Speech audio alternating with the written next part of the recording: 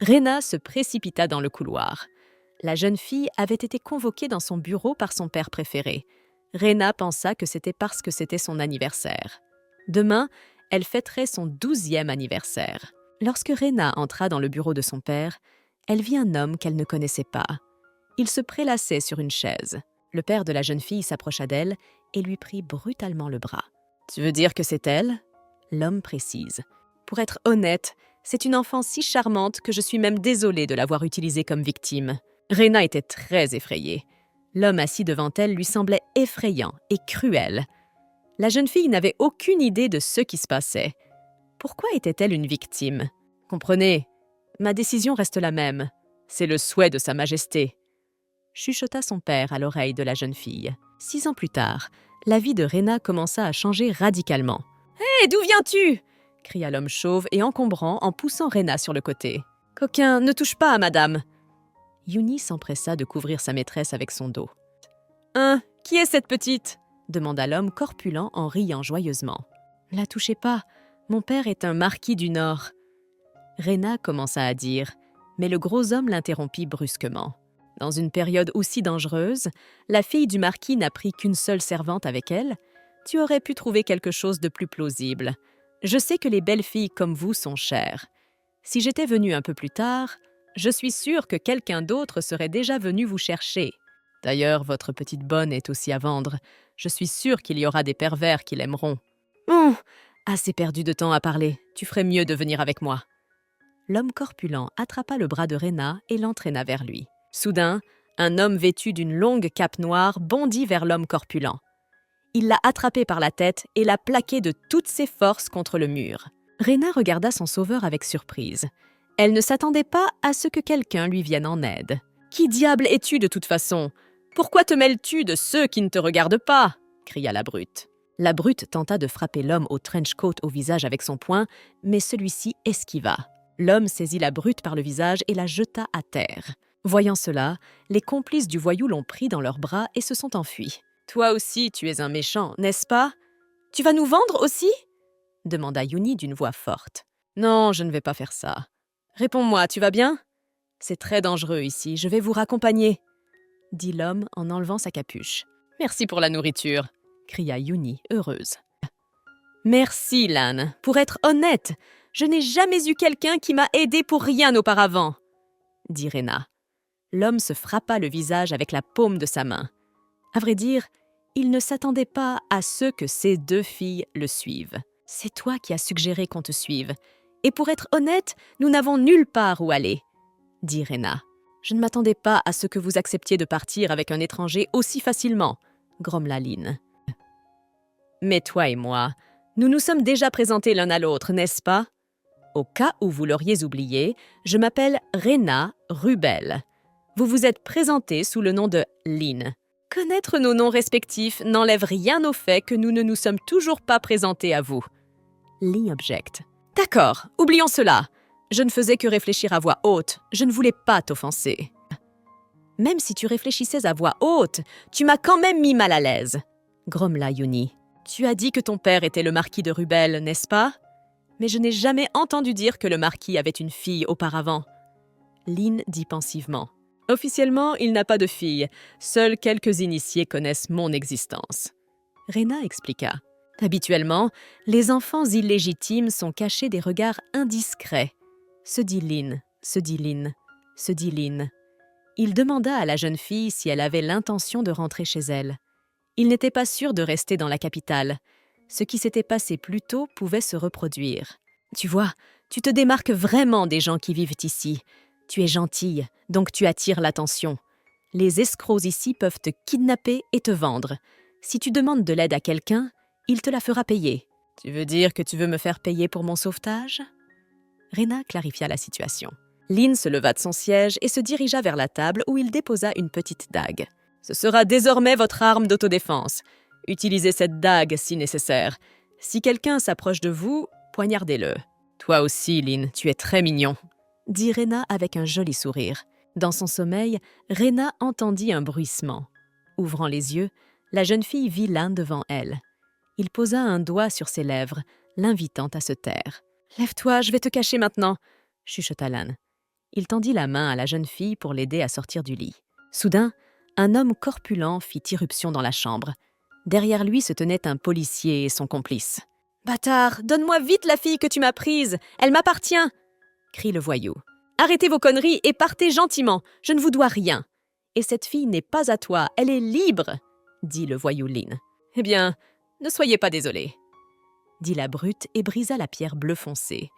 Du sang s'écoula lentement de la pierre, qui finit par se transformer en monstre. « Qu'est-ce que tu fais, crétin ? Tu as invoqué une bête juste pour prendre la fille ? Tu ne penses pas du tout aux conséquences ?» s'étonna l'un. Avec un rugissement vicieux, la bête s'élança vers l'un. L'un para le coup en avançant son épée. « Arrêtez, s'il vous plaît !» cria Rena en couvrant l'un de son corps. « Dégagez de là, vous pourriez être blessé !» s'exclama Lin en repoussant la jeune fille. « Madame, votre naïveté n'a pas de limite !» cria joyeusement l'homme corpulent. « Vous êtes la seule à être naïve ici. Arrêtez maintenant. Ce genre de violence et de cruauté est impardonnable !» s'exclama Rena. La bête repoussa Lin et se précipita sur Rena. Le sang gicla dans toutes les directions. La tête de la bête vola en arrière contre le mur et son corps tomba sur le sol dans un fracas. Les personnes présentes dans la pièce se figèrent de surprise. « Ah, pourquoi êtes-vous si surpris ?» demanda Rena. Le voyou laisse la pierre s'infiltrer en lui. Ensuite, il mordit l'épaule de son complice pour prendre un peu de force dans son sang. Reprenant des forces, le voyou repoussa son complice et se précipita sur Rena. S'élançant dans les airs, Lena poignarde le voyou à l'arrière de la tête avec la garde de sa dague.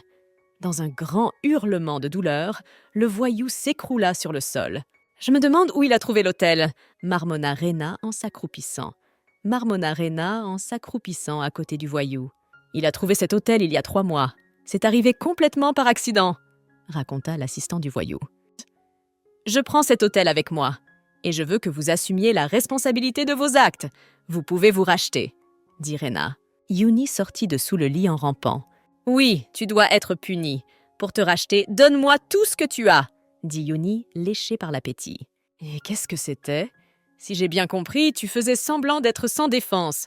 C'est toi qui as voulu que cette racaille te kidnappe. » Lin s'exclama. « Nous sommes des filles bien intentionnées, mais parfois nous devons faire cela pour protéger les autres. Nous sommes une sorte de justice. Bien sûr, nous avons de petits problèmes et des difficultés matérielles, et nous essayons de les résoudre de cette façon. » Yuni explique. « Vous êtes donc de vulgaires agresseurs ? Vous laissez les gens vous kidnapper et vous leur prenez tous leurs biens. » Lin devina. « Pourquoi, parmi tout ce que vous avez dit, n'avez-vous prêté attention qu'à cela ?» demanda Renée d'une voix blessée. Elle prétendit que les paroles de Lin l'avaient blessée. Lin remarqua que ses filles ne lui avaient jamais demandé d'aide. Lui-même était désireux de les aider. « Nous avons aussi besoin de ceci. Les pierres d'autel qui ouvrent les portes de l'enfer. Ces pierres sont apparues il y a des siècles et ont changé l'histoire de l'humanité. » Rena tendit la pierre, souvent appelée simplement pierre d'autel, devant elle. Lan était à la recherche de telles pierres. Lorsqu'il apprit que des pierres avaient été vues dans la capitale, il se précipita immédiatement ici.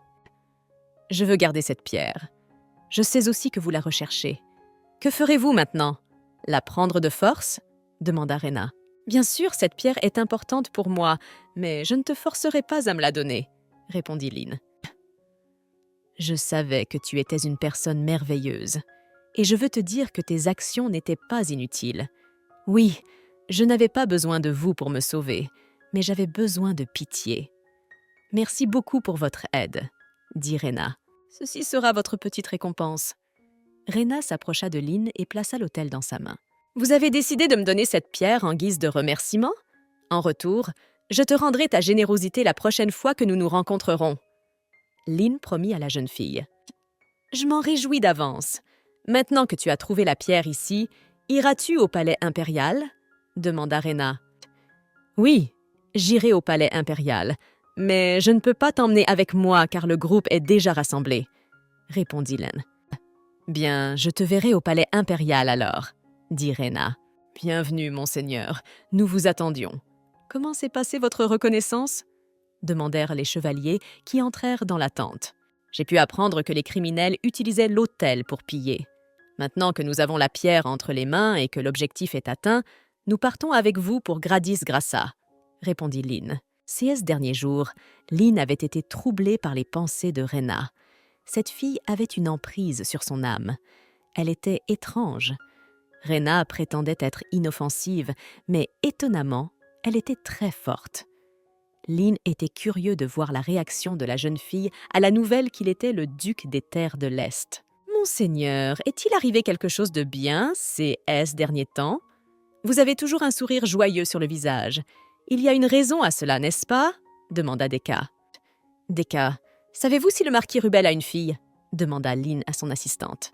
« Tu me demandes des nouvelles du marquis des terres du Nord en ce moment ? Pendant un certain temps, il y a eu des rumeurs selon lesquelles il avait une fille qui est morte il y a de nombreuses années. Elle s'appelait Regina. Sise proche s'appelait Rena, répondit Decca. J'ai supposé que cette fille était la fille illégitime du marquis.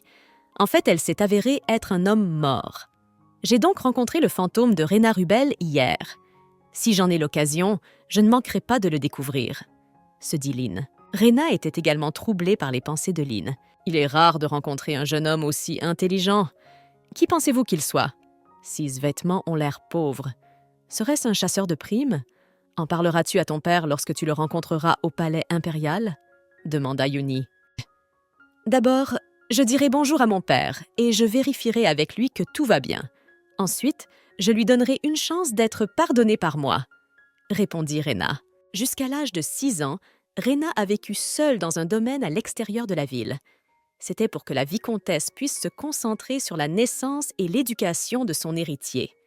La femme dut abandonner sa fille. C'est ce que lui ont conseillé ses proches.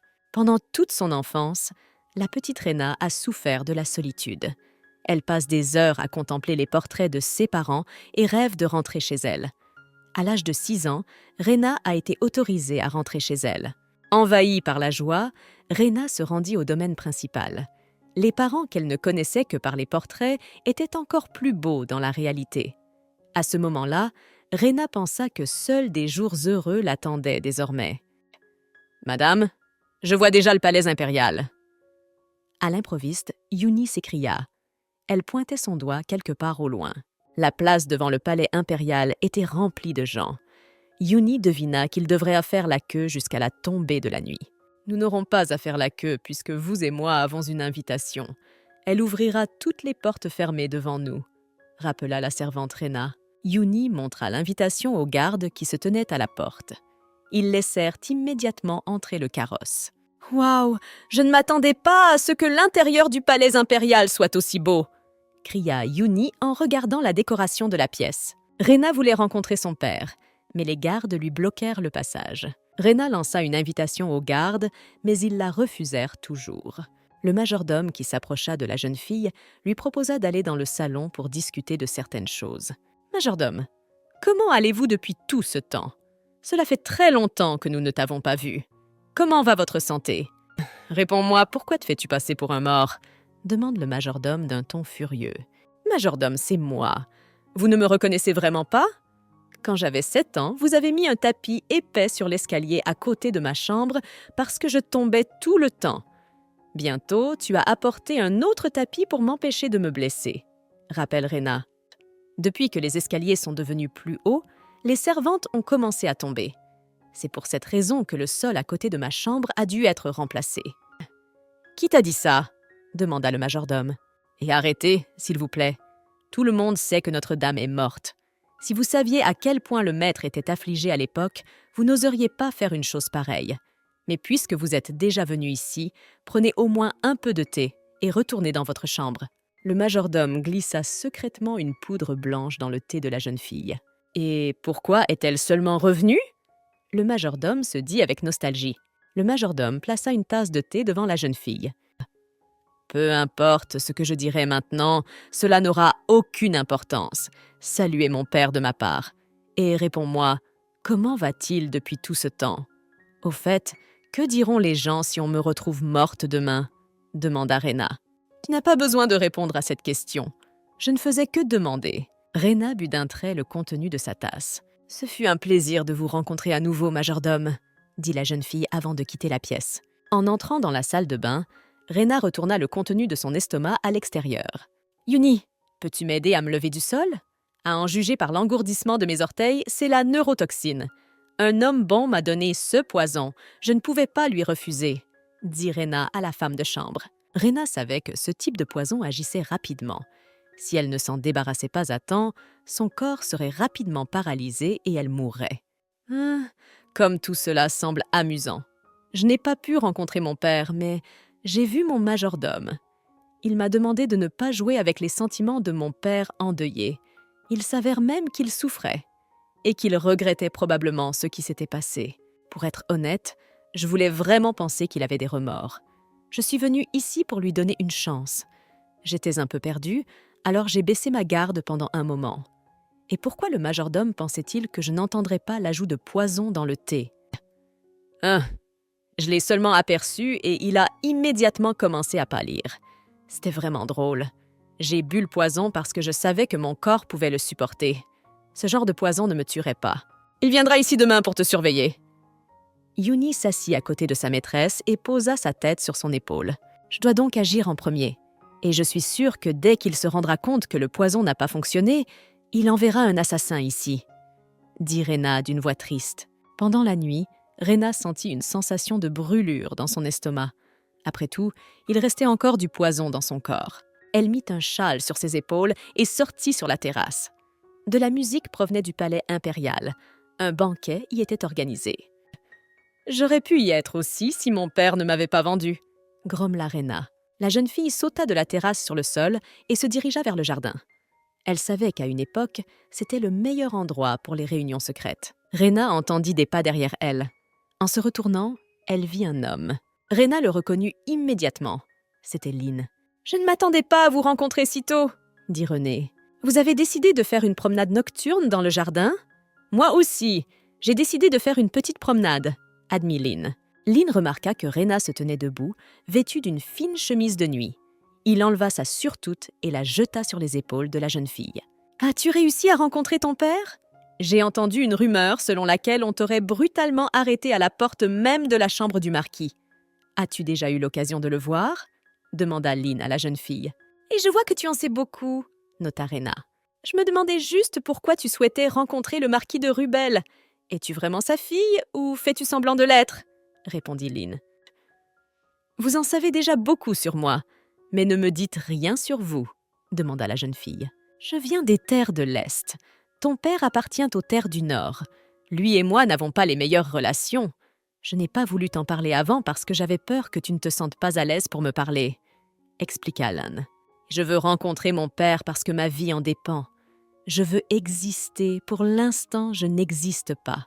Je suis effacée de ce monde et je ne me sens pas vivant. La mort me semble naturelle. Je veux que mon père en prenne la responsabilité. Pour l'instant, je ne l'ai même pas vu du coin de l'œil. D'ailleurs, comme vous avez cherché l'hôtel seul, j'ai pensé que vous étiez un roturier. Cependant, il me semble maintenant que vous occupez une position plus élevée dans la société. La prochaine fois que nous nous rencontrerons, devrais-je m'adresser à vous par votre titre, duc? Eh bien, seulement devant des étrangers. Sinon, vous pouvez vous adresser à moi comme avant, par mon nom. Et comment dois-je m'adresser à vous? Demanda Lynn. Devant les étrangers, vous pouvez m'appeler Madame, mais lorsque nous sommes seuls ensemble, vous pouvez aussi m'appeler par mon prénom. Mes proches m'appellent Rena. Je sors souvent dans le jardin le soir pour prendre l'air. Vous pouvez en tenir compte. Comme si Lynn l'avait remarqué avec désinvolture. Quelle coïncidence! J'aime aussi les promenades nocturnes, répondit la jeune fille. Monsieur, cette lettre a été livrée ce matin, rapporte le majordome. Dans la lettre adressée à son père, René lui demande pourquoi il lui a fait cela. Elle demande à le rencontrer pour lui expliquer le but de sa visite. Le majordome rapporte au marquis Roubel que René a été empoisonnée, mais que pour une raison inconnue, elle a survécu. Et bonjour, monsieur. J'ai appris ce que vous avez demandé. La rumeur dit que Rena Rubel a été invitée au palais impérial par les ducs des terres du Sud. Une servante entra et fit son rapport. Par le duc des terres du Sud? Mais il n'invite que des personnes privilégiées. Et pourquoi était-elle seule hier? Pourquoi le duc du Sud n'est-il pas venu avec elle? Se demanda le majordome. Elle recueillait des informations et observait mon comportement. Si elle est arrivée en tant qu'invitée du Sud, une telle insulte dépasse toutes les limites. Cela pourrait avoir un impact négatif sur notre réputation, dit le marquis. Au début, ils ne l'ont même pas laissée entrer dans ma chambre, puis ils ont essayé de l'empoisonner. Eh bien, elle est devenue beaucoup plus intelligente. Rena décida de rendre visite au duc des Terres du Sud, Bill Alesgras. « Et vous me surprenez toujours. Tu es venu ici à l'improviste alors que tu as déjà rendu visite au marquis de Rubel dans les Terres du Nord. Vous ne m'en avez même pas parlé. » Le duc d'Alegrassa s'indigna.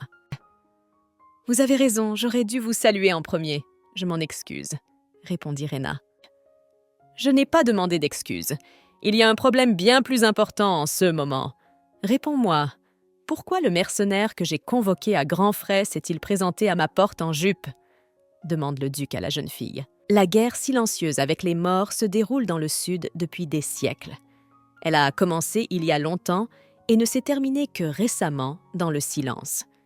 Pendant la guerre, les soldats devaient être prudents, car les morts ressuscités réagissaient au moindre bruit. Leurs corps maigres erraient, titubant d'un côté à l'autre, mais dès que les morts entendaient un bruit, ils se transformaient immédiatement. Ils deviennent agressifs, extrêmement actifs. Un jour, alors que le duc Alegrassa avait décidé de perdre, un chevalier apparut sur le champ de bataille. Il était assez frêle et semblait devoir être l'un des premiers à mourir. Le duc ne comprenait pas qui avait pu envoyer un si jeune chevalier sur le champ de bataille. En entendant le jeune chevalier, les hommes morts se précipitèrent immédiatement vers lui. Le duc était déjà prêt à assister à la mort du courageux chevalier, mais ce dernier détruisit tous les monstres qui l'attaquaient en quelques secondes. « Jeune chevalier, réponds-moi, pourquoi es-tu venu à moi sous la forme d'une femme ? Est-ce là votre véritable apparence ?» demanda le duc. « Pour dissiper tout malentendu, je tiens à dire que je n'ai jamais prétendu être un homme. Je ne porte que des vêtements adaptés à la situation. Je suis désolée de vous surprendre, mais y a-t-il vraiment un problème avec cela ?» demanda Rena. « Vous avez invité un mercenaire, pas moi. Mes compétences ne dépendent pas du fait que je sois un homme ou une femme. » « D'accord, restons-en là. Réponds-moi à cette question. Dans quel but as-tu rendu visite à Rubel des Terres du Nord et quelle est ta relation avec lui ?» demanda le duc à la jeune fille. « Je suis sa fille. Et pour mieux dire, une enfant dont l'existence est un désagrément, » répondit Rena. « Il semble que vous ayez une situation difficile avec votre père. Je ne vais donc pas creuser davantage. Mais je tiens à préciser que le Nord peut s'en prendre à toi. J'espère que tu n'as pas agi de façon imprudente. Qu'allez-vous faire maintenant, compte tenu de ma position ? Je voudrais vous demander votre protection. Je suis sûre que vous serez en mesure de me la fournir. » Rena afficha un sourire timide sur son visage. « Si je comprends bien, tu me demandes d'affronter le Nord ? Très bien, tu peux m'utiliser, tout comme je t'utilise. Mais si la stabilité du Sud, durement acquise, est ébranlée à cause de mon ingérence dans vos affaires, j'agirai. L'empire de Grassa, grâce à la première impératrice Nihila Grassa, renaît sur le territoire du royaume détruit. Grandis Grassa devint la capitale de l'empire qui fut ensuite divisé en Est, Ouest, Sud et Nord. Le pays est gouverné par les membres de la famille impériale. Lei est aux mains du fils illégitime de l'ancien duc des Terres de l'Est. En raison de ses antécédents, le vrai duc ne pouvait pas recevoir le titre impérial de Gras. Pendant plusieurs années consécutives, le duc Lignan Eitelner a régné sur les terres de l'Est. Le duc des Terres de l'Ouest, qui avait été vaincu à la guerre, vint à la capitale et devint cardinal. Il s'appelait Clavis Silentium Gracia. Le duc des Terres du Sud, qui était encore récemment en guerre, fut victorieux grâce à un mercenaire. Il s'en est sorti de justesse. Après que l'ancien duc du Nord est tombé au combat, son premier-né a hérité du titre et en est sorti victorieux. Il s'appelait Eura Plenus Gras. En raison des désaccords qui s'étaient intensifiés au cours des années de guerre, des rancunes personnelles furent à l'origine d'une querelle entre les ducs. Pour parvenir à une réconciliation, les ducs du Sud et du Nord, ainsi que le cardinal, se réunissent dans la salle d'audience. « Duc Alegrassa, que s'est-il passé hier soir ? Tout le monde en parle, mais je ne sais rien. Le bruit court que vous avez utilisé une certaine femme pour faire passer le marquis Rubel des Terres du Nord pour un imbécile. Pourquoi avez-vous fait cela ? demande le cardinal. C'est vrai, vous avez agi sans réfléchir. Vous vous êtes servi de cette femme comme d'une ignoble canaille. Remarqua le duc des terres du Nord, Plénus Gras. Et qu'est-ce qui vous fait penser que c'est un coup monté? Le Nord devrait recueillir cet enfant au plus vite et réfléchir à son comportement. Répond le duc des terres du Sud, Allegrassa. Peu importe que ce soit truqué ou non. Ce que je veux dire, c'est que pourquoi diable le Sud prendrait-il le risque de provoquer le Nord dans un comportement négatif? Demande le duc des terres du Nord.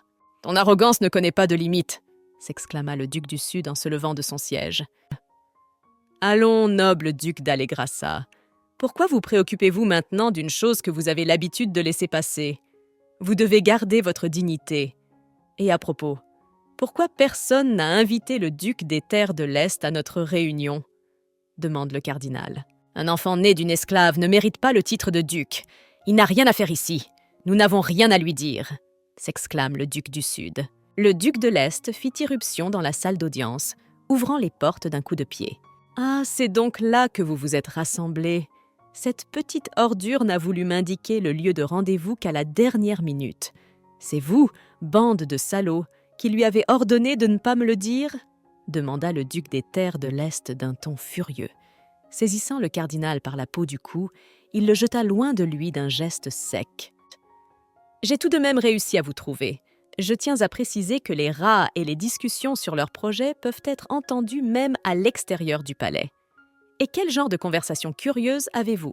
Lynn marcha sur le cardinal étendu sur le sol et se dirigea vers la table.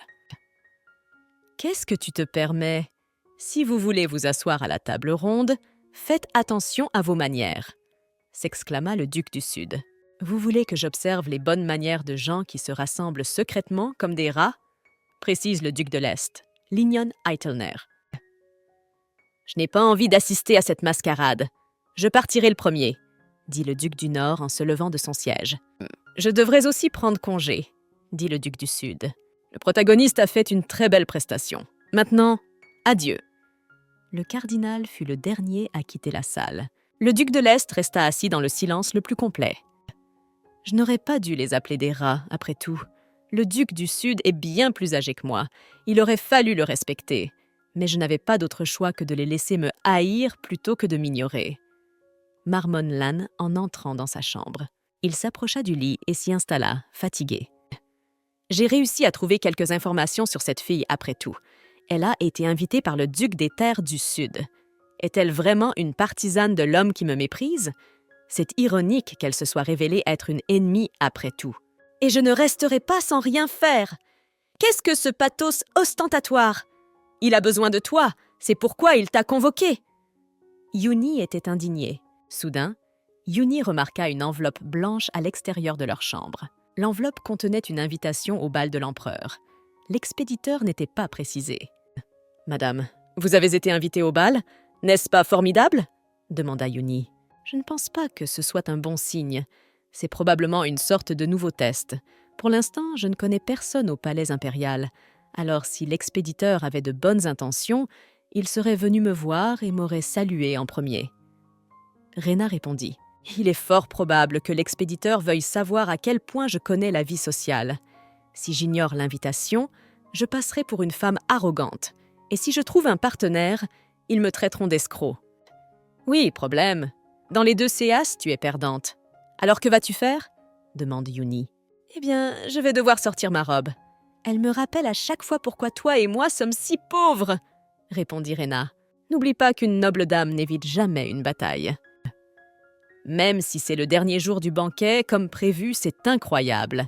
Et comment l'idée de remplir le lac de champagne a-t-elle pu me venir à l'esprit? Le sens de la beauté que possède son Altesse est une bénédiction de Dieu. Les dames invitées s'émerveillèrent. Lorsque Rhéna entra dans la salle, il y eut un silence sépulcral. Les invités étaient très curieux de connaître la fille du marquis que l'on croyait morte depuis de nombreuses années. Voilà ce qu'est devenue la fille du marquis de Rubel. Je me demande comment elle va se comporter à présent, se dit le cardinal Clavis Gracia. Rhéna monta sur un véritable piédestal au milieu de la salle. Quel joli visage! Venir au bal et sans chaperon, ce n'est qu'une petite enfant qui ne connaît rien aux bonnes manières. Lord Abelode s'exclama. « Qui êtes-vous d'ailleurs? Comment osez-vous entrer ici? S'exclame la fille du comte Graham. Oui, en effet, où suis-je? Marmonne Rena. Je vois que cette fille a une façon de s'y prendre avec tout le monde. Elle m'enchante et me rend fou, se dit Clavis. Soudain, les yeux de Rena et de Clavis se croisent. Regarde ça, il y a un invité qui n'a rien à faire ici. Directeur, faites quelque chose, ordonna la fille d'Earl Graham. Ce n'est qu'une enfant qui est venue au banquet quand bon lui semblait. Lord Abelode s'exclama et commença à monter sur le piédestal. D'un coup d'éventail, Rena repoussa le seigneur loin d'elle. La jeune fille sortit silencieusement un carton d'invitation de sa poche et le montra au noble présent. « Elle est quand même magnifique, tu ne trouves pas? C'est vous qui avez invité cette dame, n'est-ce pas, Rubide ?» demanda Clavis au blond aux cheveux longs assis à côté de lui. Le sang de tout le monde semble bouillir. Cela devrait suffire. Je ne sais pas qui a organisé ça, mais grâce à lui, j'ai l'occasion de me présenter, pensa Rena. Madame, je vous remercie d'avoir accepté mon invitation, dit la jeune fille alors qu'un homme blond aux cheveux longs s'approchait. Rubide s'agenouilla devant Rena et lui baisa la main. J'avais l'impression que vous aviez l'intention de quitter ce banquet, dit Rubide. Malheureusement, je n'ai pas l'occasion d'accepter une invitation à danser. Tu as raison, je dois te faire mes adieux, répond Rena. Mais si tu es vraiment désolée, reste encore un peu avec moi, demanda Rubide en attrapant brutalement la jeune fille par les épaules. Qu'est-ce qui ne va pas chez lui? Il a largement dépassé les limites de l'acceptable. Cette ordure a attiré trop d'attention sur nous. Qui est-il d'ailleurs? Pensa Rena. Hé, passe-moi un verre, ordonna Rubide. Je me sens obligée de porter un toast avant notre danse. Ou voulez-vous dire quelque chose? Un serveur qui se précipita vers le blond remplit son verre. Rubide versa le contenu du verre sur la tête de la jeune fille. Un peu plus tard, Rena apprit que l'homme blond qui se tenait devant elle était le frère cadet du duc des Terres du Nord, Rubide Plenus Grassa. Apparemment, cet homme m'a envoyé une invitation pour se moquer de moi.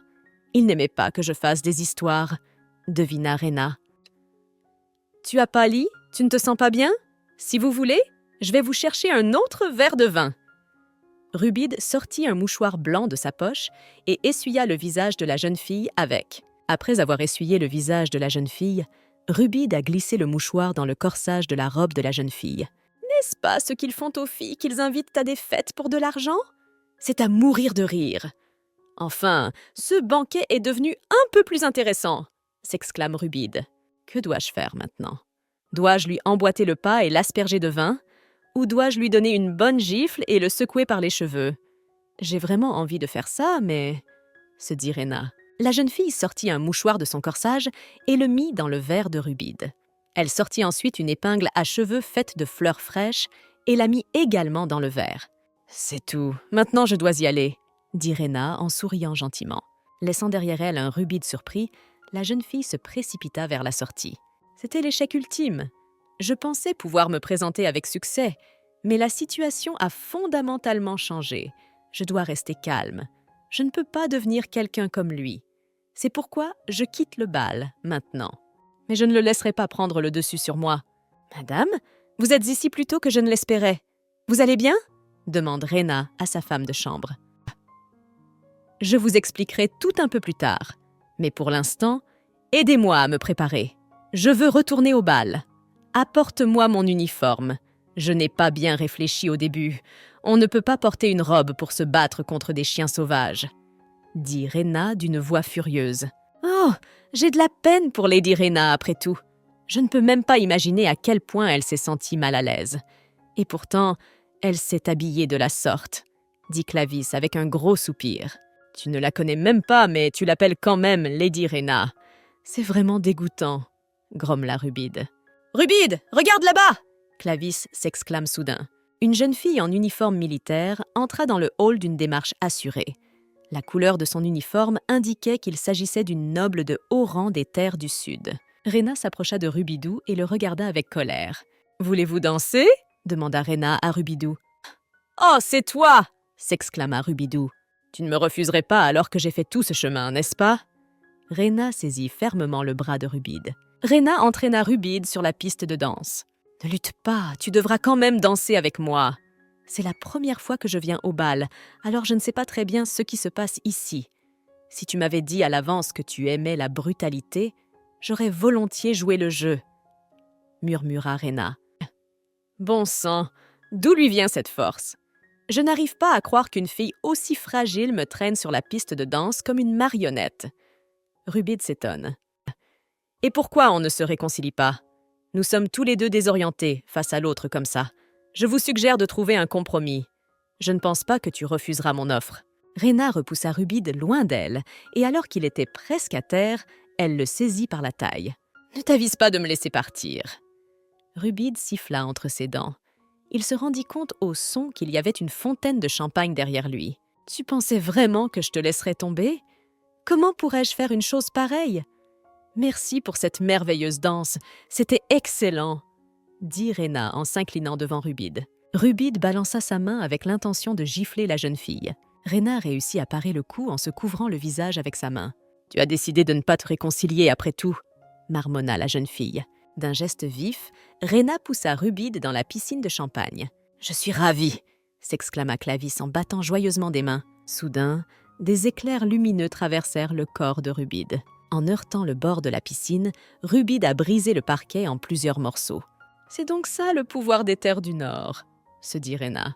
« On dirait que notre Rubide est très en colère !» marmonna Clarisse. Il y a 100 ans, le royaume de Gras est tombé. Un jour, les portes du tombeau s'ouvrirent et les morts sortirent et commencèrent à détruire les vivants. Alors que tout le monde était désespéré, Nikil Grassa, la dernière héritière de la dynastie déchue, sortit de la tombe avec un pouvoir sacré. Et grâce à ce pouvoir qu'elle a acquis après sa mort, elle a pu sauver le monde. Ce pouvoir a été appelé « puissance » par le peuple. À chacun de ses descendants qui ont gouverné l'empire divisé, Nikil Grassa a conféré un redoutable pouvoir d'outre-tombe. Chacun des ducs a reçu un pouvoir spécifique. Le frère cadet du duc des Terres du Nord, Rubide Plenus Grassa, était celui qui avait hérité de la capacité et était autorisé à utiliser le pouvoir appelé tourment. Il n'est pas trop tard pour demander pardon. Je serai clément avec toi et te laisserai avec un seul œil.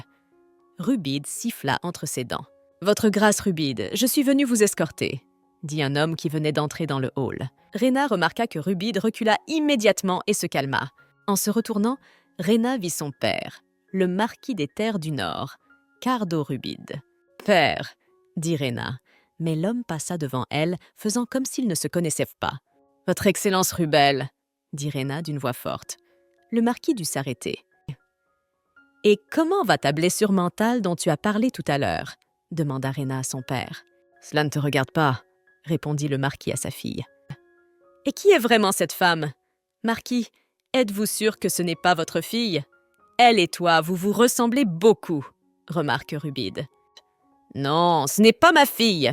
Cette fille n'est qu'un imposteur qui essaie de pousser mes faiblesses, » répond le marquis. « J'aimerais vous faire remarquer que vous n'avez pas fait preuve de beaucoup d'élégance dans vos actions. Si vous continuez à vous comporter ainsi, la noblesse de la famille impériale tombera. En prenant part au combat, vous avez peut-être eu l'air pathétique. Néanmoins, je vous remercie d'avoir été solidaire avec moi. En tout cas, c'est la faute des bâtards des Terres du Sud. Comment ose-t-il amener une femme d'origine inconnue et la forcer à se battre contre moi ?» Rubide s'indigna. Depuis que le duc des Terres du Sud a perdu son dernier enfant à la guerre, il n'a plus l'esprit aussi clair qu'avant. C'est un vieil homme. Comment pourrait-il résister à une jeune femme qui le prend pour cible ? Dit le marquis. Je me demande de quel type de tremblement de terre il s'agit. Le choc et la vibration inhabituelle appartenaient sans aucun doute au pouvoir de Gras. Pensez à utiliser quelque chose comme ça dans un palais plutôt que sur le champ de bataille. Thautlin appréciait le silence du jardin nocturne. J'aimerais voir ce qui s'est passé là-bas. Il s'agit sans doute d'un saccage du jeune frère du duc du Nord. Cela fait 1 heure que j'attends avec insouciance. Il semble que dans cette situation, la tête vide ne soit que moi. Vous êtes là aussi? Bonsoir à vous, monsieur Lin. Une Rena souriante s'approcha du banc où Lin était assis. Vous n'êtes pas en chemise de nuit ce soir. Tu étais à un événement? Demande Lin à la jeune fille. Parlons de quelque chose d'amusant, demanda Rena. Elle a l'air déprimée. Il s'est probablement passé quelque chose, devine Lin. Je veux t'avouer que je t'attendais ce soir. J'ai pensé que je devais te dire au revoir. Je ne pourrai plus sortir pour une promenade nocturne. Oubliez que vous m'avez rencontré ici. J'ai entendu dire que vous étiez l'invité du duc du Sud, dit Lynn à la jeune fille. Ne vous méprenez pas, je n'avais aucunement l'intention de vous cacher cela, s'exclama Rena. Je sais que tu es quelqu'un de bien, mais maintenant je vais devoir me comporter comme un salaud devant toi. J'ai appris qu'il y a quelques mois, l'impératrice a donné l'ordre de sélectionner et de faire venir les chevaliers les plus courageux. C'est pourquoi le duc du Sud vous a invité. Bientôt, l'impératrice ordonnera l'expansion du territoire de l'Empire. Si les ducs du Nord, du Sud et de l'Est, qui ne s'entendent pas, s'affrontent au milieu de la bataille, il y a de fortes chances qu'il y ait une bataille intestine pendant la conquête. Vous et moi sommes donc des ennemis.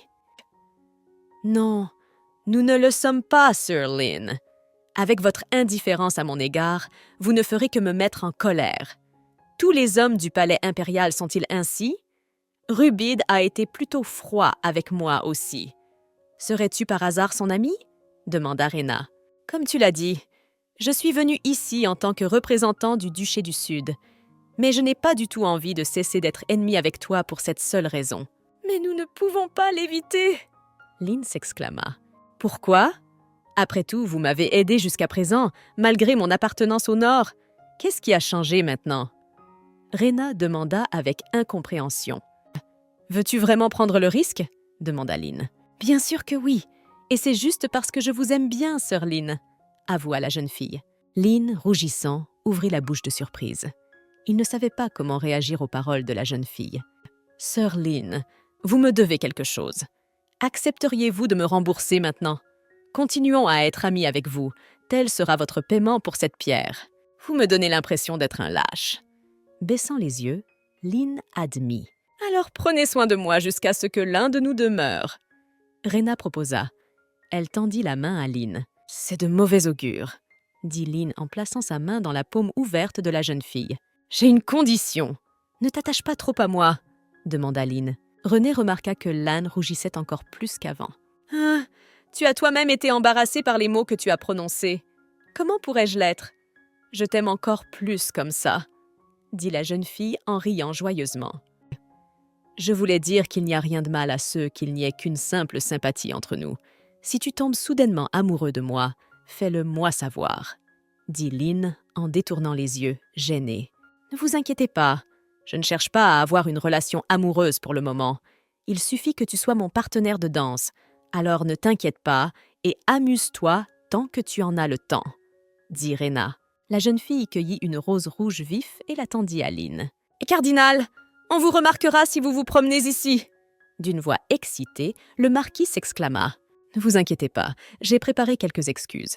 Je suis venu ici parce que j'ai appris que vous vouliez me demander quelque chose. » Répond Clavis. « Je veux que tu m'expliques pourquoi cet enfant est encore en vie.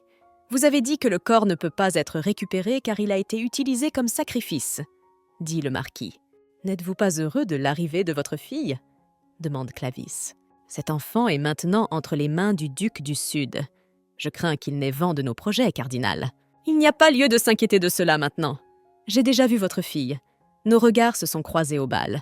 Elle n'a fait que me sourire, à moi qui l'ai envoyée directement en enfer. » Clavis répondit. « L'enfant sacrifié nous est revenu sous la forme d'un monstre. As-tu remarqué que ta fille a pu venir au palais par ses propres moyens? Qu'en pensez-vous? Vous voulez dire qu'elle pourrait se retourner contre nous? » clarifia le marquis. « Oui, c'est pourquoi vous devez la rencontrer et savoir ce qu'elle veut vraiment. Comme vous êtes son père, je suis sûre qu'elle vous dira tout. Et attention, il ne s'agit pas d'un conseil, mais d'un ordre. » Le cardinal répondit. Un jour, le ciel devint rouge, la terre se mélangea à la boue. Une tombe est apparue dans la fissure. Clavis avait toujours eu soif de pouvoir. Il voulait donc obtenir le même pouvoir que l'impératrice. Pour s'emparer du pouvoir de l'impératrice, il poussa secrètement d'innombrables jeunes filles dans le tombeau. Le marquis Rubel savait qu'il risquait d'être emprisonné pour trahison. Aussi faisait-il de son mieux pour cacher que sa fille était en vie. Il y a des années, il avait rejoint la rébellion et en récoltait aujourd'hui les fruits amers. « Dame Rena, pouvez-vous me dire ce que vous faisiez cette nuit? J'ai entendu une rumeur selon laquelle vous auriez fait une scène au bal impérial alors que vous étiez vêtu de votre uniforme méridional. Grommela le duc du Sud d'un ton mécontent. Pourtant, les rumeurs dans cette région se répandent très vite. Oui, je portais un uniforme du Sud, j'ai défendu l'honneur du Sud et j'ai gagné. Rhéna répondit. Aujourd'hui, je vais officiellement t'annoncer que tu es le successeur. Alors fais attention à tes actions, demanda le duc du Sud. L'impératrice va enfin donner des ordres concernant la campagne militaire. Alors écoutez-la attentivement. Le duc et René entrèrent dans la salle du trône. Lynn remarqua la jeune fille qui entrait. Je vois que le vieux renard du Sud est également arrivé. Lynn rit. Et il s'avère qu'il a un tout autre côté, un côté sombre. Je ne m'attendais pas à ça, mais ça a l'air génial, se dit Rhéna. La jeune fille remarqua que presque tous les représentants des terres du Nord s'étaient rassemblés. Elle vit son père parmi eux. Les musiciens soufflèrent dans leur corps. Le héros demanda le silence. L'impératrice entra dans la salle du trône. L'impératrice s'approcha du trône et s'y assit. « Levez-vous » L'impératrice Nikilgra l'ordonne. « Je suis heureuse de vous voir tous. Je vois certains d'entre vous pour la première fois et d'autres que j'ai déjà vus plusieurs fois. Aujourd'hui, c'est le jour de la fondation de l'Empire. Et en l'honneur des célébrations du centenaire de l'Empire, j'ai décidé d'émettre un décret pour étendre nos frontières. Le territoire nécessaire se trouve sous terre. « Elle veut s'offrir une tombe ?» se demanda Rhéna. « Comme vous l'avez déjà compris, Sa Majesté vous ordonne de conquérir la crypte, le pays des morts. Et avant que vous n'alliez sur le champ de bataille, je voudrais féliciter le duc, Bill Allegra, pour sa récente victoire dans la guerre contre les morts. » D'une voix forte, le cardinal dit « Dites-nous quelle est votre requête. L'impératrice promet d'exaucer tous vos souhaits. Votre Majesté impériale, puis-je déléguer temporairement mes fonctions à un homme de confiance des terres du Sud ?»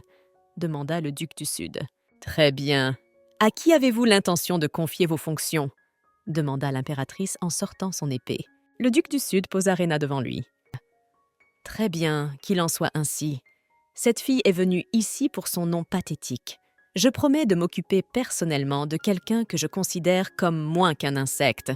Alors, risquez votre vie et allez au tombeau, » dit l'impératrice. « Comme vous le souhaitez, votre Majesté, » répondit Rhéna. « Dame Rhéna, pourriez-vous m'accorder un peu de temps ?» demanda le marquis à sa fille. « Très bien, j'ai quelques minutes, » accepte la fille. « Tu as l'air en forme, Rhéna !» Le marquis félicite la jeune fille. « Alors, tu me reconnais ?» demanda Rhéna. « Comment pourrais-je ne pas reconnaître mon enfant ? Je veux te répondre que tu as fait un choix dangereux. Je ne peux pas croire que tu aies été choisi pour représenter le Sud. Vous avez raté beaucoup de choses, père.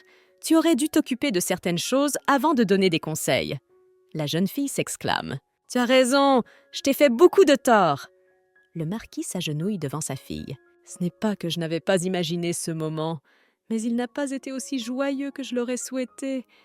Père, pourquoi m'as-tu fait ça ?» demanda Rhéna d'une voix triste. La jeune fille remarqua que des larmes coulaient sur les joues du marquis. Elle s'approcha de lui et s'agenouilla à son tour. Rhéna prit doucement les mains de son père. « Rhéna, je n'arrive toujours pas à croire que tu es de retour. Je pensais que nous ne te reverrions plus jamais. » Le marquis versa des larmes. « Tu sais, j'aurais cru à ton jeu si tu n'avais pas essayé de m'empoisonner, » murmure Rhéna. « Qu'est-ce que je dois faire pour me faire pardonner ?» demanda le marquis à sa fille. « Je veux exister. S'il te plaît, reconnais-moi officiellement, » répondit Rhéna. « Malheureusement, tu me demandes l'impossible. À cause de la rébellion, je ne peux pas le faire. Le cardinal t'a emmené avec lui pour affronter l'impératrice. Si la vérité est révélée, tu seras l'enfant d'un traître. Je préfère te donner une nouvelle vie. Je te promets que ta nouvelle vie sera aussi noble que celle de la fille d'un marquis et aussi luxueuse que celle de la famille impériale. Non, même si je deviens la clé de la trahison, je veux rester Rhéna Rubel. Père, voulez-vous vraiment vous débarrasser de moi pour toujours ?» demanda la jeune fille. C'est comme si elle lisait dans mes pensées. Même le rôle de père aimant n'a pas fonctionné sur elle cette fois-ci. Ça marchait si bien avant, se dit le marquis. D'accord, je te donne une chance. Tue-moi. Rhéna mit le couteau de cuisine dans la main de son père. Tu as jusqu'à la conquête du tombeau. Seulement jusqu'à ce que je te démasque et que je refuse de me venger. Si tu ne me tues pas dans le délai imparti, Tu iras toi-même dans l'autre monde. Et si j'obtiens des aveux, je vous pardonnerai. »« Est-ce que tu dois faire exactement cela ?» clarifie le marquis à l'intention de sa fille. « Je me pose la même question. Tu voulais empoisonner ta fille qui vient de revenir, et maintenant tu fais semblant d'être malheureuse, » se dit la jeune fille. Il y a 6 ans, Rena se réveilla assise sur une dalle de trottoir, au milieu d'une ville, la nuit. Il lui semblait qu'elle revenait tout juste du monde souterrain. Elle ne comprenait pas ce qui était illusion et ce qui était réalité. Un homme s'approcha de Rena et lui demanda ce qu'elle faisait sur la place, seule, au milieu de la nuit. Le soir même, l'homme vendit Rena à un bordel local. Rena a vu de nombreux regards avides dirigés dans sa direction. Cela lui fait très peur. « Mon oncle, je viens de l'aristocratie. Je suis la fille du marquis de Rubel. Laissez-moi rentrer chez moi, » supplia Rena. « Attendez une minute. Si vous êtes une noble, cela signifie que vous savez lire et écrire, n'est-ce pas ?» demanda le propriétaire de la maison close à la jeune fille. Rena fit un signe de tête affirmatif. Pour prouver à la patronne du bordel qu'elle savait écrire et lire, Rena a écrit sur un bout de papier un poème tiré du premier chapitre du recueil de poèmes d'un écrivain célèbre.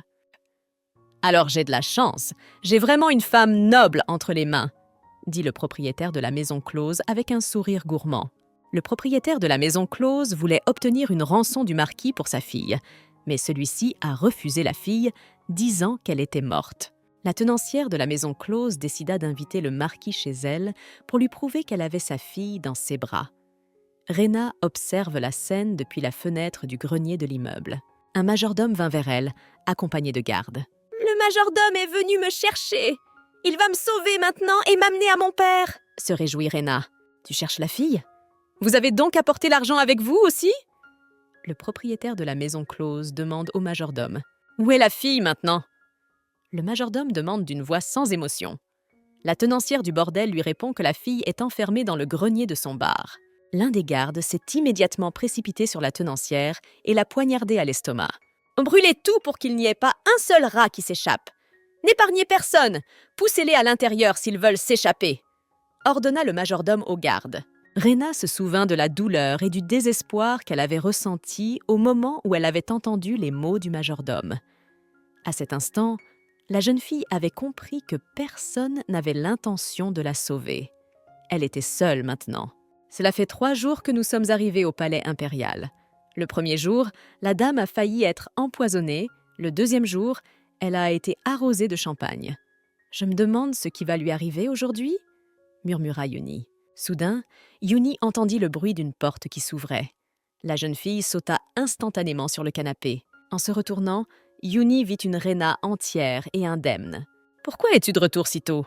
Tu as tout prévu jusqu'à ce soir, n'est-ce pas? Il s'est passé quelque chose ?» demanda la servante. « Comme je le pensais, tu es une fille très intelligente et perspicace. Oui, il s'est passé quelque chose aujourd'hui.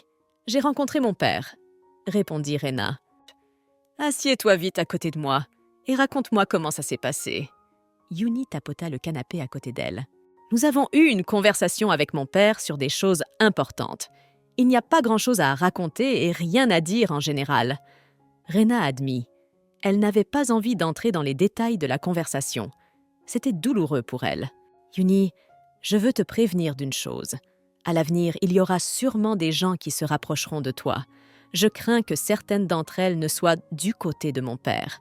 Si tu sens soudain un danger, fuis sans te retourner. » Le soir, Yuni se rendit à la blanchisserie pour laver quelques vêtements. « Elle est si petite, mais elle se débrouille si bien, » dit le majordome qui arriva. « N'ayez pas peur, je ne suis qu'un simple serviteur comme vous.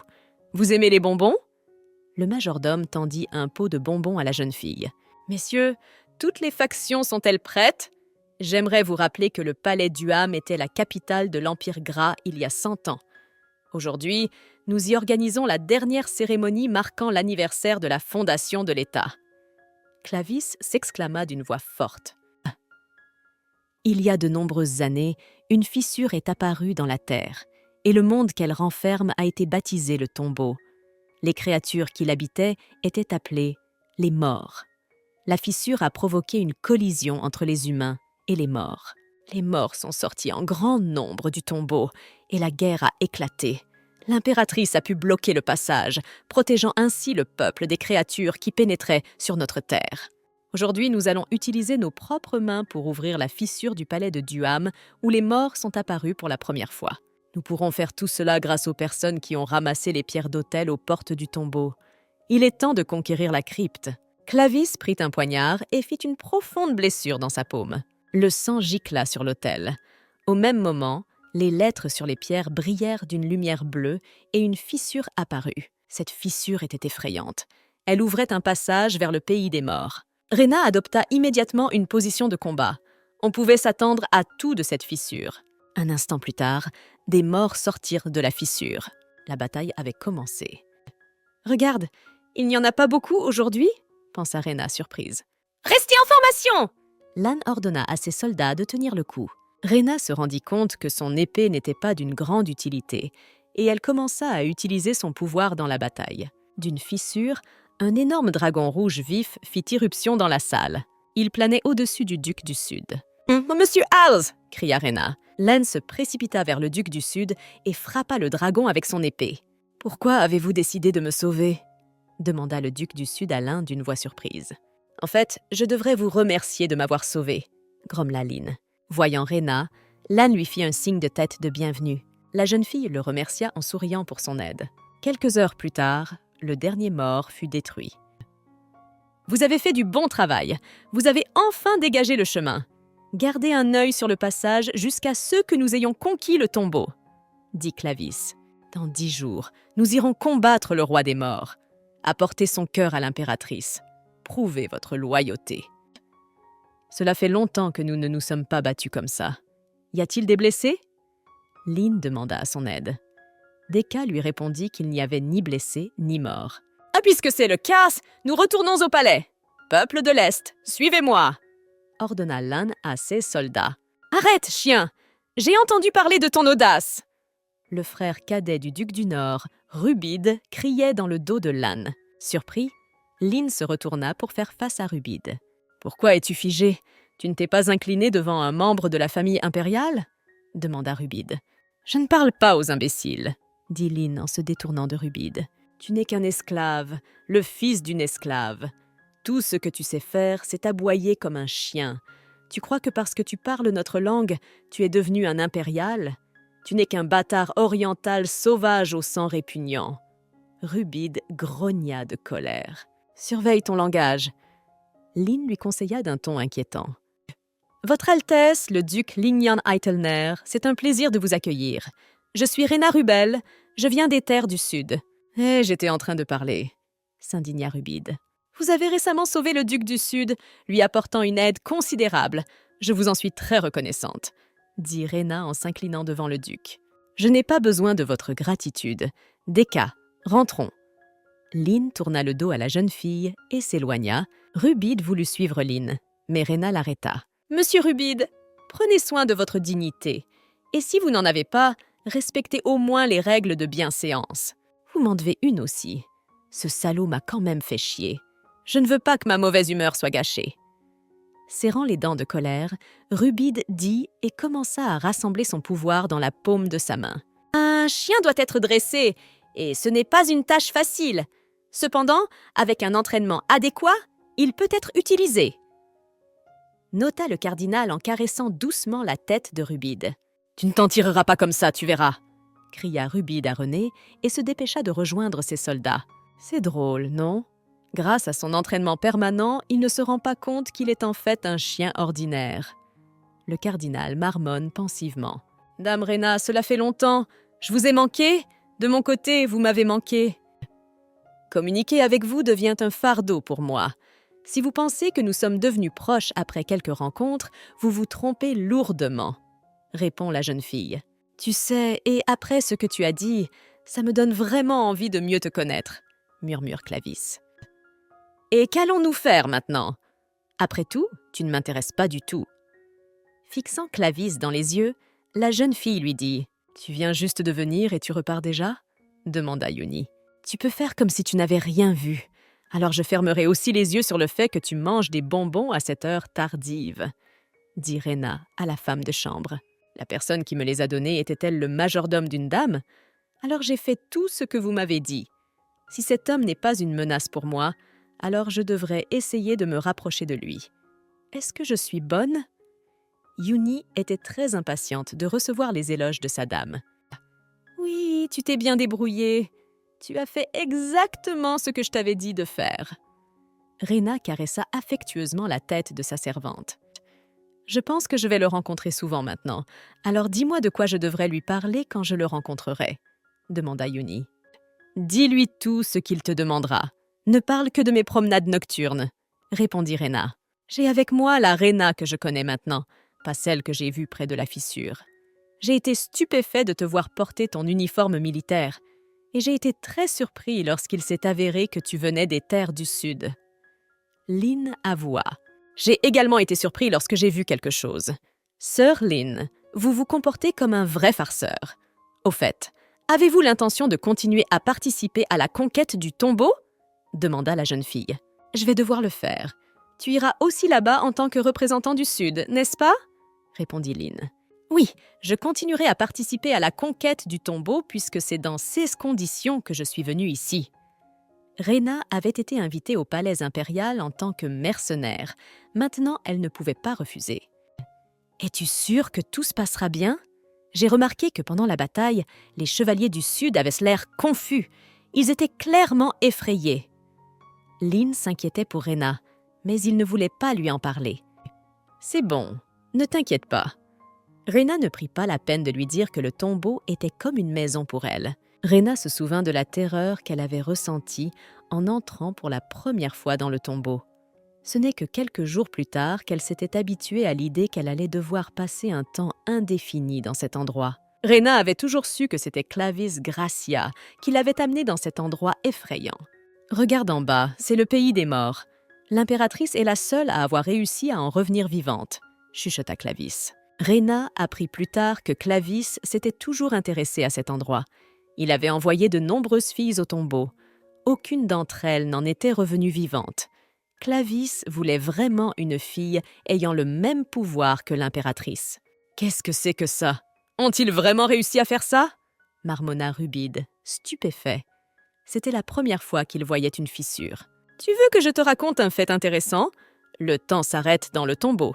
Il y est comme figé, ou plutôt il y tourne en rond. Le temps qu'on y passe est donc différent du nôtre, » dit Clavis. « Et comment sais-tu cela ?» demanda Rubide d'un ton incrédule.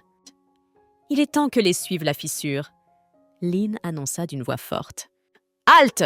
Il est maintenant temps pour les troupes du Nord de surveiller la fissure, et vous restez en dehors du chemin, » cria Rubide. « Rubide, calme-toi. Il est venu ici parce qu'il voulait d'abord entrer dans le tombeau, » dit Clavis. « Reste ici pour l'instant, je vais y aller seul, » dit Lynn à ses soldats. Après avoir pénétré dans la fissure, l'âne sauta sur son cheval et se précipita dans les profondeurs du tombeau. L'âne remarqua que sa peau était picotée par quelque chose qui ressemblait à du poison. Soudain, le sol sous son cheval se fissura. De la lave jaillit. Lynn se retourna et vit Rubide assis sur son cheval. Dans ses mains, il tenait une épée étincelante. « Votre Seigneurie, je voudrais vous demander quelque chose. Expliquez-moi ce qui est arrivé aux chevaliers du Sud à la fissure. Où sont passés tous ceux qui ont participé à la guerre silencieuse ?» demanda Rena au duc des terres du Sud. Oh, les conséquences ont été aussi brutales que la guerre elle-même. Pour l'instant, ces chevaliers sont en train de rectifier la situation dans le Sud. C'est pourquoi nous n'avons que de nouvelles recrues dans notre escouade. Cependant, ils sont tous issus de familles nobles, répondit le duc. Le duc des terres du Sud tendit à la jeune fille une liste de candidats chevaliers. Il laissa Rena choisir à sa guise. « Je suppose que tous ces hommes sont des rebuts dont leurs familles veulent se débarrasser. Je suis sûre qu'ils mourront à la première bataille. Il y a des enfants en famille d'accueil sur cette liste, des fils de grandes familles. Tous ne sont d'aucune utilité pour leurs parents. » Avec de la tristesse dans la voix, Rena chuchota. « Pense ce que tu veux, mais tu ne devrais pas considérer ces gens comme des déchets. En tant que commandant des forces du Sud, tu n'as pas le droit d'abandonner tes chevaliers, et je ne peux que vous faire confiance pour les entraîner, » répondit le duc du Sud à la jeune fille. Si c'est ce que tu veux, je ferai ce que tu m'ordonnes, accepta Rena. Partez, nous ne vous considérons pas comme notre commandant. Les soldats du Sud s'exclamèrent avec joie. Vous allez devoir vous arranger car j'ai été nommé à ce poste par le duc lui-même. Osez-vous désobéir à ses ordres? Expliquez-moi pourquoi vous ne m'acceptez pas. Rena demanda aux soldats. Parce que nous n'avons pas confiance en vous. On ne sait pas du tout d'où vous venez. De plus, vous êtes très jeune. Et surtout, vous êtes une femme, répond le chef de section. Oh, qu'est-ce qu'on est censé faire maintenant? Demanda Rena d'un ton moqueur. En plus de tout le reste, tu es aussi trop confiante. Le chef de section s'exclama et dégaina son épée.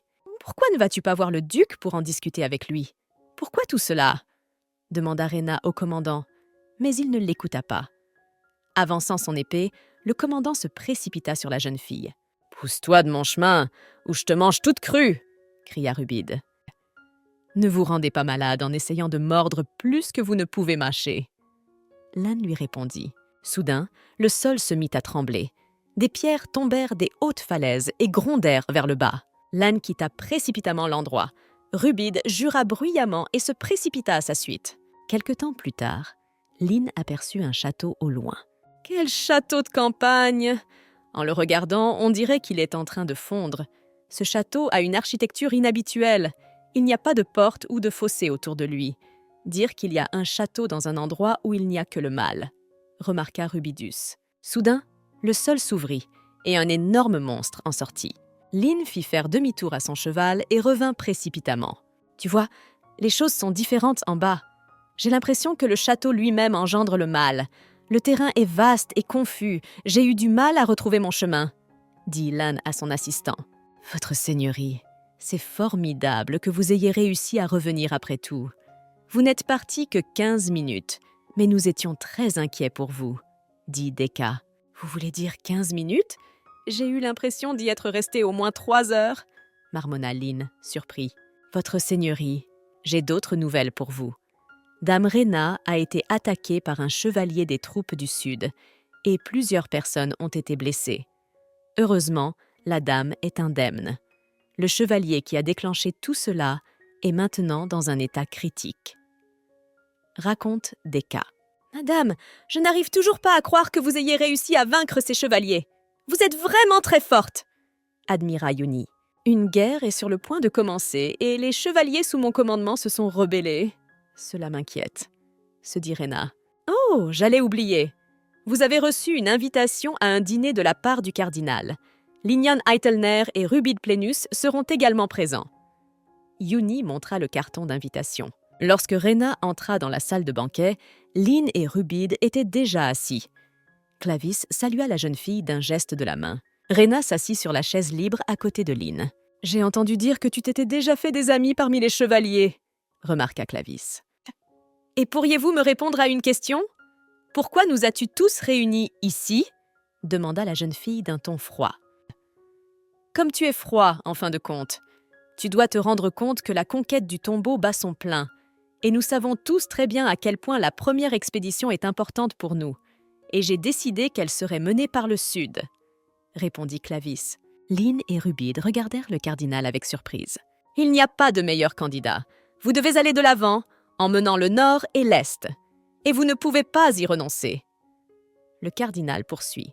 « C'est vous qui avez lancé la rumeur selon laquelle Lady Rena aurait tué à moitié un chevalier des forces du Sud, n'est-ce pas ?»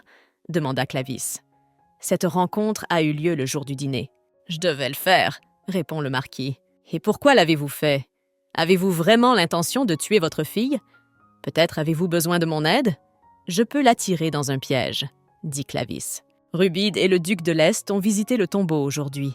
Ils disent que le paysage y est assez étrange. Je pense que nous devrions d'abord attaquer les adversaires familiers, ceux qui ont été engloutis par le premier cri, » dit Clavis à Rena. « Vous vous souvenez tous très bien que ce sont les troupes du Sud qui ont combattu de telles choses. Ils devraient les connaître, et ils ont maintenant une grande chance de se venger. Ce sera un honneur pour le Sud de mener la première expédition, mais j'ai une requête à formuler. Veuillez repousser la date de l'attaque de 2 jours, » demanda Rena. « Et pourquoi as-tu demandé 2 jours exactement ?» demanda Lynn à la jeune fille. « Parce que si je demandais plus, père aurait le temps de préparer un autre piège. Ai-je rendu les choses difficiles pour vous, sœur Lynn? Vous avez maintenant une grande chance de préparer vos troupes, répondit la jeune fille. Pour être honnête, oui, vous m'avez rendu la tâche un peu plus difficile, mais tout cela n'a fait que renforcer mon intérêt pour vous, admit Lynn. Quel genre de personne pensez-vous que je sois vraiment? Demanda Rena. Étrange, répondit Lynn d'un ton confiant. Mais au moins tu as réfléchi avant de dire quelque chose. Et si C.S. Mo m'avait contrarié? Demanda Rena sur le ton de la plaisanterie. Je ne veux pas que tu sois blessée, Lan admit. Tu ne le croiras pas, mais toi et moi avons des désirs similaires, nota Rena. C'est pourquoi tu dois m'écouter attentivement. Je vais maintenant te parler de l'expédition que nous allons faire dans 2 jours. Tu vas vraiment y aller seul? Un duc du Sud excité fit irruption dans la chambre de la jeune fille. Oui, la dame veut y aller complètement seule, sans un seul chevalier derrière elle, grommela Yuni. Et qui pourrait bien penser à une telle chose? Soupirant lourdement, le duc demanda. Pour être honnête, c'est un honneur d'y aller seule. La jeune fille sourit joyeusement. Qu'est-ce que tu racontes? Les troupes du Sud sont peut-être en désordre, mais vous avez le devoir de les diriger. Qu'allez-vous faire seul dans cet enfer? Incapable de contenir sa colère, le duc s'écria. « Monsieur, pourquoi vous préoccupez-vous tant de la dame ?» demanda Yuni surprise. « Votre seigneurie, faites-moi confiance, s'il vous plaît, » demanda Rena. « D'accord, vous pouvez faire ce que vous voulez. Je ne peux pas vous comprendre de toute façon. Voyons ce qui va se passer à cause de cela. » Le duc poussa un soupir d'infortune. S'approchant de la fissure, Rena s'y engagea d'un pas assuré. Dès que la jeune fille pénétra dans le tombeau, les morts se précipitèrent envers elle.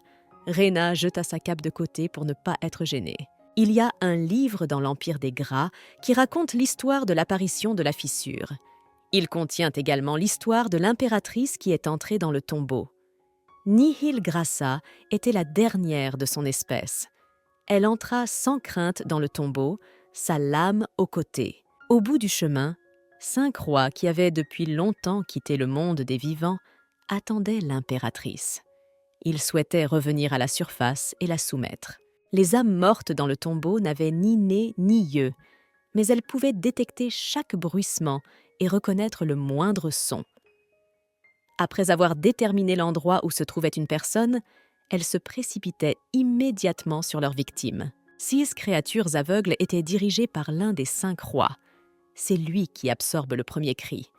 On croyait que les créatures en question marchaient sans yeux parce qu'il leur restait trop de regrets dans leur vie. L'impératrice Nihil Grassa tenta un jour de tuer ce roi.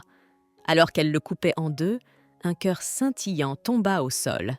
L'impératrice l'a attrapé avec la pointe de sa lame, mais le souverain devenu ombre l'a saisi et s'est enfui. Rena fut attaquée par des monstres qui n'avaient pas d'yeux, mais réagissaient au bruit. Plus elle se rapprochait du château, plus ils devenaient nombreux. Soudain, une longue flèche pointue se planta dans l'un des rochers. Pendant que les monstres étaient distraits par la flèche, la jeune fille passa prudemment devant eux. Levant la tête, Rena vit Lynn. « Il m'a aidée, comme il est gentil après tout !» se dit la jeune fille. « Votre seigneurie, si nous ne nous dépêchons pas, tous les honneurs iront au sud. » Deka l'avertit. « Et nous n'avons pas besoin du château. Nous irons chercher le butin, » dit l'un. Puisque l'un est parti dans l'autre sens, j'ose dire qu'il a abandonné le château. Il m'a obéi et s'en est pris au trophée. Nota Rena pour elle-même. Soudain, une flèche siffla à côté de la jeune fille et s'enfonça dans la roche. La flèche portait le motif des terres du Nord. « La voilà !» Les guerriers du Nord crièrent. « Feu !» ordonna le duc du Nord et une centaine de flèches volèrent vers Rena. « Ils sont manifestement venus pour moi !» devina la jeune fille. Elle attrapa l'un des monstres et commença à s'en couvrir comme d'un bouclier humain. Parmi les guerriers du Nord, la jeune fille vit son père. Rena s'enfuit en criant très fort. Les morts aveugles la suivirent. Tout au long du chemin, ils restèrent un bouclier humain pour elle. Bon sang, elle se cache derrière les morts. Elle est pratiquement invisible parmi ces monstres, grommela le marquis. Général, prenez le commandement pour un moment. Il y a quelque chose que je dois faire maintenant, dit le marquis. Un peu plus tard, le marquis rattrapa sa fille et la poursuivit jusqu'au bord de la falaise. « Je vois que tu es blessée, » dit le marquis en descendant de son cheval. Je vois que tu as décidé de me tuer après tout, remarqua Rena d'un ton calme. Si tu voulais vivre, tu aurais dû rester hors de ma vue. En gros, tu as choisi cette voie toi-même, dit le marquis à sa fille. Il ne me suffit pas de vivre. Je veux exister en portant le nom de Rena Rubel qui m'a été donné à la naissance, s'exclame la jeune fille. Tu es finie et il n'y a rien à changer. Le marquis dit d'une voix calme. Il fit signe à ses soldats d'attaquer Rena. Et je n'ai pas peur de toi. Approche-toi, cria la jeune fille. As-tu encore décidé de te couvrir de mort en guise de bouclier? Sache que ce tour ne marchera pas 2 fois, cria le marquis. Au bruit, les monstres accoururent. Ils commencèrent à attaquer les soldats du marquis. Profitant de la situation, Rena courut vers son père. « Père, quel dommage, tu as déjà essayé de me tuer plusieurs fois, mais en vain, » dit Rena. La jeune fille planta sa dague dans le rocher derrière le marquis. De profondes fissures descendirent immédiatement le long du rocher. Un instant plus tard, le rocher commença à s'effriter, emportant le marquis avec lui. « Je vais mourir !» cria le marquis. Rena saisit la main de son père au dernier moment. « Ne t'inquiète pas, tant que nous n'aurons pas conquis le tombeau, je ne te ferai pas de mal. » Rena aida son père à se hisser sur la terre ferme. « Père, sais-tu pourquoi les corps de ces hommes morts sont comme ils sont? Ils ont tous tué leurs propres enfants, tout comme toi. Ils ont détruit leurs enfants pour leur propre bénéfice. Leurs enfants étaient les victimes, tout comme moi. C'est drôle, non ? Qui aurait cru que tant de gens seraient prêts à jeter leur propre chair et leur propre sang? Et tu sais, je ne te vois pas du tout comme un démon ou un monstre. Comme tous les autres, tu n'es qu'un lâche tout ce qu'il y a de plus ordinaire. Tu as raison. De nous deux, tu es le seul qui ressemble le plus à un monstre. Les humains sans valeur n'ont d'autre choix que de s'incliner devant un monstre comme toi, dit le marquis. Le marquis s'approcha de sa fille et posa ses mains sur ses épaules. Rena devina tardivement que sa bague contenait du poison. D'un geste brusque, le marquis poussa sa fille du haut de la falaise. « Et puisque tu es si perspicace, essaie de me comprendre et de me pardonner. Et n'oublie pas que si tu reviens cette fois-ci, je te reconnaîtrai sûrement comme le monstre que tu es devenu, » dit le marquis. « Votre Seigneurie, vous avez l'air fatigué. Le flot des morts est sans fin. Nous ferions mieux d'économiser nos forces et de battre en retraite, » dit le marquis à Rubidou. « Quel genre d'absurdité racontes-tu là? Les Nordiques ne se rendront pas. Arrêtez ces bêtises et aidez-moi à détruire cette saleté, » hurla Rubidou. Sans dire un mot, le marquis frappa Rubidou de son poing dans l'estomac. Dans un gémissement sonore, Rubide perdit immédiatement connaissance. « Votre Seigneurie, pardonnez mon impolitesse, » dit le marquis en plaçant soigneusement le corps immobile de Rubide sur son cheval. « Monsieur, nous avons des ennuis. Le château du roi des morts s'écroule, » s'écria le général. L'endroit où se trouvait le château s'est transformé en marécage et tous les morts vivants ont disparu. « Tous les soldats s'arrêtent immédiatement! Partez à la chasse au trésor !» ordonne le marquis. « Monsieur, cela fait 5 jours que nous cherchons le trésor, mais nous n'avons rien trouvé, » dit un général qui s'approchait. « Nous ne pouvons pas retourner auprès de l'impératrice les mains vides, » répondit le marquis. Cependant, l'objectif principal a été atteint. Nous n'avons pas rencontré un seul soldat de l'Est ou du Sud au cours des 5 derniers jours. Il semble que seuls les habitants du Nord soient encore en vie. Nous pouvons rentrer chez nous et répandre la nouvelle de la victoire du Nord, se dit le marquis. Les soldats du Nord retournèrent au palais de Duham. Combien de blessés? Cependant, à en juger par les apparences, les Nordiques sont revenus les mains vides, remarqua Clavis. Le château est tombé et nous n'avons donc rien pu trouver, répondit le marquis. Soudain, les soldats de l'Est reviennent au palais de Duham.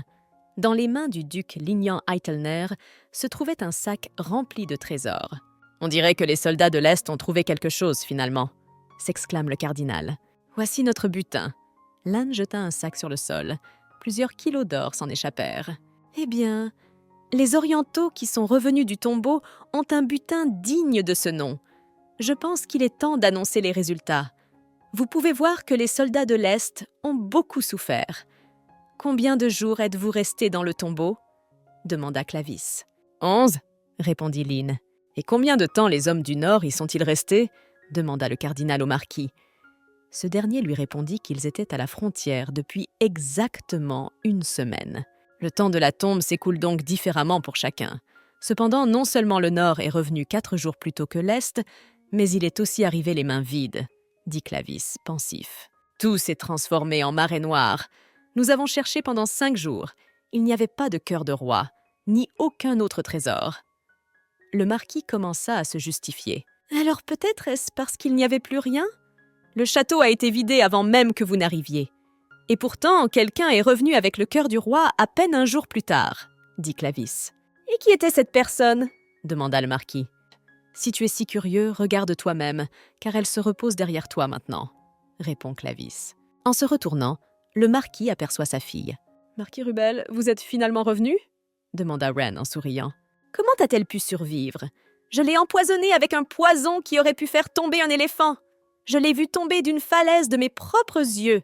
J'avais raison, cette fille est un monstre. Le marquis s'étonne. Comment as-tu réussi à obtenir le cœur? Demanda le marquis à sa fille. Montre-moi le cœur du roi que les sudistes ont apporté.